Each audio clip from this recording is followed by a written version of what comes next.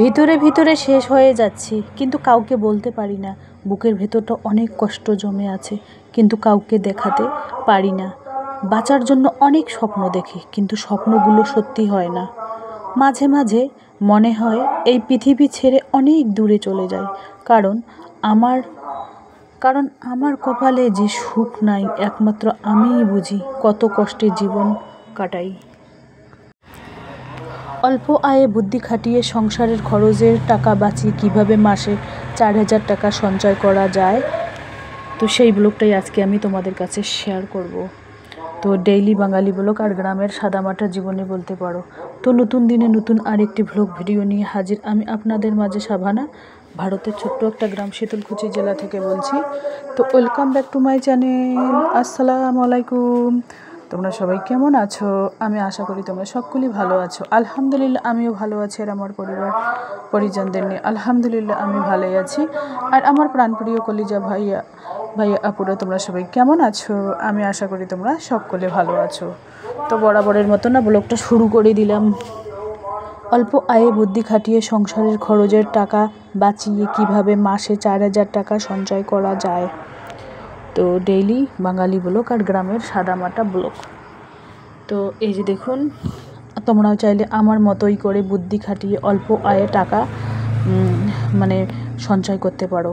কিন্তু আমার মতো আমার প্রত্যেকটা ভিডিও যদি তোমরা ফলো করো, তাহলে কিছু না কিছু উপকার তোমাদের আসবে আলহামদুলিল্লাহ, আমি আশা করি। আর আমাদের বাড়ির পাশে আর কি হরিসভা হচ্ছে, তো শব্দ পাচ্ছেন, তো শোনাই যাচ্ছে শব্দ। এই কার্তিক মাসটা নাকি হিন্দুদের ধর্ম মাস, সেই জন্য আর কি ভোর 3:30 4টের সময় শুরু হয়। আমাদের বাড়ির পাশেই আর কি হয়। তো যাই হোক, সবারই তো ধর্ম আছে, সেই ধর্ম তো পালন করতে হবে, তাই না? তো দেখুন, একটা কথা না বললেই নয়। অল্প আয়ে বুদ্ধি খাটিয়ে সংসারের টাকা বাঁচিয়ে কিভাবে মাসে 4,000 টাকা সঞ্চয় করা যায়, তারই কিছু আলোচনা করব। দেখুন, যদি তোমার টাকা যদি সঞ্চয় করার যদি তোমার ইচ্ছে থাকে, তাহলে কিন্তু টার্গেট নিতে হবে একটা, যে আমি টাকা সঞ্চয় করে কি করব সেই টাকাটা দিয়ে। গোল্ড কিনবো, না জমি কিনবো, না ঘরের একটা ওয়ার্ডরোব কিনবো, না খাট কিনবো, বক্স খাট কিনবো। আমাদের মেয়েদের কিন্তু অনেক স্বপ্ন থাকে, যে এই ঘরের বেডরুমটা এভাবে সাজাবো, এভাবে করব, এখানে একটা জিনিস রাখবো, ওখানে একটা জিনিস রাখবো। এরকম কিন্তু প্রত্যেকটা মেয়েরই কিন্তু আমাদের জীবনে স্বপ্ন থাকে। সেই স্বপ্নগুলো কিন্তু নিজেকেই পূরণ করতে হয়। কারণ দেখুন, আমরা যেহেতু মধ্যবিত্ত পরিবারের, হাজব্যান্ডরা তো সংসার চালায়, খাওয়া খরচ চালায়, আবার নিজের শখের জিনিস কিভাবে চালাবে বলুন? একজনের উপর অনেক চাপ হয়ে যায়। যদি দুজন ইনকাম করো, তাহলে কিন্তু চাপটা অনেক কমে যায়। যেমন আমার হাজব্যান্ড সংসার খরচ চালায়, আর আমি আমার যে শখের জিনিস বা গোল্ড, কানের, হাতের, নাকের টুকিটাকি আর কি, ঘরের একটে গ্লাস, বাটি, ওইগুলো কিন্তু আমিই কিনি। বেডশিট, যেটা জিনিসের আর কি অভাব থেকে, সেটা কিন্তু আমার নিজের ইনকামের টাকা দিয়েই কিনি আলহামদুলিল্লাহ। আগামী দিনে বলতে কি, আগামী 4-5 মাসের মধ্যে একটা গোল্ড কিনবো, সোনার একটা চেন কিনবো আমার মেয়ের জন্য, আমার নিজের ইনকামের টাকা দিয়ে। আমি যে প্লাস্টিকের ভাড়ার টাকা জমাচ্ছি, সেটা থেকে, আমি যে ব্যাগের ব্যবসার থেকে ইনকাম করতেছি, সেটার থেকে কিছু টাকা সঞ্চয় করে আর কি তারপরে কিনবো। দেখুন, সঞ্চয় না করলে কিন্তু কিছুই করা যায় না, সঞ্চয় করলে কিন্তু সবই করা সম্ভব। সঞ্চয় না করলে, হাত গুটিয়ে বসে থাকলে কিছুই হবে না। ও সেই জন্য মাসে 2,000 হোক, আর 5,000 হোক, আর 500 হোক, আমরা প্রত্যেকটা নারী যদি ইনকাম করি না, তাহলে কিন্তু জীবনটা অনেক সহজ হয়ে যায়, সংসার করাটাও খুব সহজ হয়ে যায়। আর যদি আমরা ইনকাম করতে না জানি, খালি দুহাত দিয়ে উড়িয়ে দেবো, ফুরিয়ে দেবো, খরচ করব, তাহলে কিন্তু জীবনে সুখও আসবে না, সংসারে অশান্তি থাকবে। তো সেই জন্য সংসারে অশান্তি যাতে না হয়, তো নারী তুমি আর যাই করো না কেন, দিন শেষে নিজের খেয়াল নিজেকে রাখতে হবে, আর নিজে কিছু হলেও ইনকাম করতে হবে। ইনকাম না করলে তোমার কোনো মূল্য নেই, কোনো দাম নেই, কোনো সম্মান নেই। ইনকাম আছে তো দাম আছে, সম্মান আছে, সব কিছুই পাবে। ইনকাম না থাকলে তোমার কোনো মূল্য নেই। বাবা মা, ভাই বোন, ছেলে মেয়ে, হাজব্যান্ড, কেউ তোমাকে দাম দেবে না, কেউ না। সেই জন্য তুমি আর যাই করো না কেন, প্রত্যেক মাসে কিছু টাকা হলেও সঞ্চয় করার চেষ্টা করো। সঞ্চয় একটা এমনই জিনিস, সেটা কিন্তু সঞ্চয় করাটা কিন্তু খুবই কঠিন। কারণ আমরা এতদিন খরচ করেছি, যেটা পাইছি সেটা কিনছি, যেটা আছে বাড়িতে দু চার জোড়া জুতো আছে আবার জুতো কিনলাম, 2-4 জোড়া জামা আছে আরও কিনলাম, শাড়ি তো আছে 8-10টা আরও কিনলাম। এগুলো কিন্তু হচ্ছে অপচয় থেকে নিজেকে 1 নম্বর বাঁচাবো। 1 নম্বর তো অপ্রয়োজনীয় জিনিস কেনা থেকে নিজেকে বিরক্ত রাখবো। 2 নম্বর টাকা খরচ করার থেকে নিজেকে কন্ট্রোল করব। 3 নম্বর বাজারে বেরোনোর আগে লিস্ট করব, কি আজকে বাজার করব লিস্ট করতে হবে। একটা লম্বা লিস্ট করার দরকার নেই, যেটা নেই বলতেই চলে এই রুমের মধ্যে সেটাই কিন্তু আমাদের কিনতে হবে।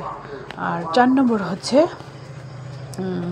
সপ্তাহে 1 দিন বাজার না করেই সংসারটা পরিচালনা করে দেয়। সপ্তাহে 1 দিন, মনে করো যদি আমরা প্রত্যেক দিনে 300 টাকা করে পার ডে খরচ করি, তাহলে 300 টাকা যদি সপ্তাহে সেভ থাকে, তাহলে 4 সপ্তাহে 1 মাস 3 6 1200 টাকা এপাশেই সেভ থাকলো। হ্যাঁ, আর 300 টাকা যদি খরচ করো, 300 টাকার থেকে আবার 50 টাকা আলাদাভাবে সেভ করতে হবে। 250 টাকার মধ্যে আমার সংসারটা চালাতে হবে কোনো রকম পরিস্থিতিতে। এখন যা দ্রব্যমূল্যের দাম, মুদিখানার, সবজি বাজার, কাঁচা বাজার, মাছ বাজার, মাংস বাজার যা দাম বেড়েছে, সেই জন্য কিছু হলেও বুদ্ধি খাটিয়ে সংসারটাকে পরিচালনা করতে হবে। আর বাড়িতে শাকসবজি কিছু হলো আবাদ সুবাদ করতে হবে, যাতে একবেলা দুবেলা নিজের বাড়ির শাকসবজি দিয়েই চালিয়ে দেওয়া যায়। আর বাজারে মাছ মাংস মানে শরীরের পক্ষে কিন্তু খুবই ক্ষতিকারক। আর 5 নম্বর হচ্ছে যথেষ্ট চেষ্টা করবে বাড়ির রান্না খাওয়ার চেষ্টা করবে। বাড়ির রান্না কিন্তু শরীরের পক্ষে খুবই উপকারী।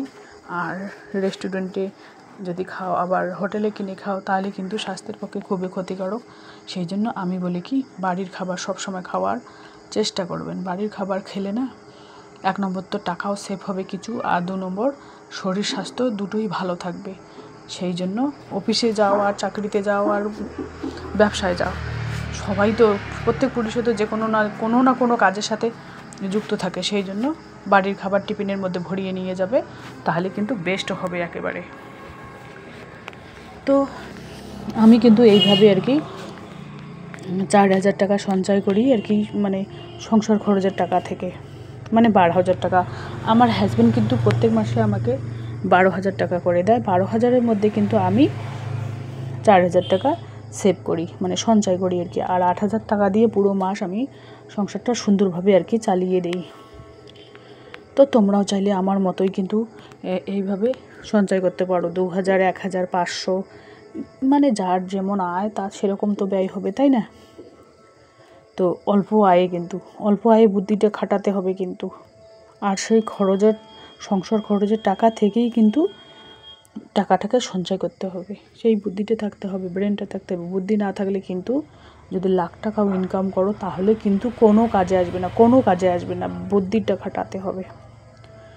আর মাঝে সাঝে তো অনুষ্ঠান বাড়ি যেতেই হয়, তো ওখান থেকে হলো একবেলা খাওয়ার বাঁচা মানে 100 টাকা সেভ। হ্যাঁ, মাঝে মাঝে কোনো মেহমানের বাসায় যাওয়া হলো, তো একবেলা খাওয়া মানে 100 টাকা বাঁচা। তো মাসে যদি 2 বার যাওয়া হয় কোনো অনুষ্ঠান বাড়িতে, 200 টাকা সেভ থাকলো। কীভাবে সেভ তো হবে না, কারণ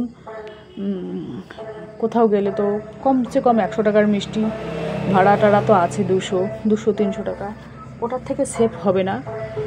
হ্যাঁ, তো যাই হোক, যেটার থেকে সেভ করতে পারবেন সেটার থেকেই আর কি করবেন, যেটার থেকে করতে পারবেন না সেটার থেকে কেন করব। তো এবার আমি এই যে দেখুন, তোমাদের এক ঝলক দেখিয়ে দিই। মানে আমি মুরগির ফার্মে এসেছি, মানে কয়েকটা মুরগি কিনবো, সেই জন্যই আর কি এসেছি। তো যাই হোক, এই যে দেখতেই পাচ্ছেন কত সুন্দর পরিবেশ। এই দেখুন খরগোশ একটা, এদের এক ঝলক না দেখাইলেই নয়। মুরগির ফার্মটা একটু দূরে আছে, হাঁসের ফার্মটা এক ঝলক দেখিয়ে দিই। হাঁস মুরগি একসাথেই আছে আর কি। তো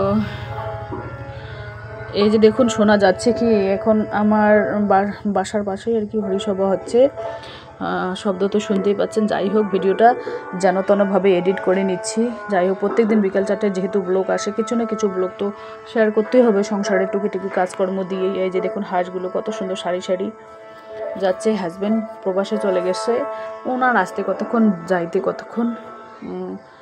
কোথাও 1 সপ্তাহ কাজ হলে চলে গেল, কোথাও 2 দিনের কাজ হলে চলে গেল, আবার হুট করে চলে আসলো, এরকম আর কি। তো আমি জানি না, আমি খুব টেনশনে আছি, আমার মনটা খুবই খারাপ। আমার ইউটিউব চ্যানেলের মনিটাইজেশন অ্যাপ্লাই করেছি কালী পূজার আগের দিন, এখনও মানে মনিটাইজেশন অন হয়নি। জানি না কবে হবে। তোমরা সবাই দোয়া করবেন উপরওয়ালা দোয়াতে, যাতে আমার মনিটাইজেশনটা তাড়াতাড়ি চালু হয়। ছেলে বলে কি রিভিউতে গেছে, রিভিউতে গেলে নাকি কিছু দেরি হয়, যেহেতু আমার ভিডিও অনেক অনেক বেশি, সেই জন্য আর কি রিভিউ হতে নাকি টাইম লাগবে। আর কিছু শর্ট মানে গানের ভিডিও ছিল, শর্ট ভিডিও সব গানের মানে ডিলিট করে দিয়েছি, আর বাদ বাকি আছে ফানি ভিডিও। আর যেগুলো কপিরাইট ক্লেম ছিল আর কি বড় ভিডিওতে, সেইগুলো তো তুলে নিয়েছি। তো জানি না কবে আর কি মনিটাইজেশন খুলবে, সেই জন্য আর কি মনটা খুবই খারাপ। ভিডিও অনেক কষ্ট করে ভিডিও করতে হয়। তো চলো টাটা, আল্লাহ হাফেজ।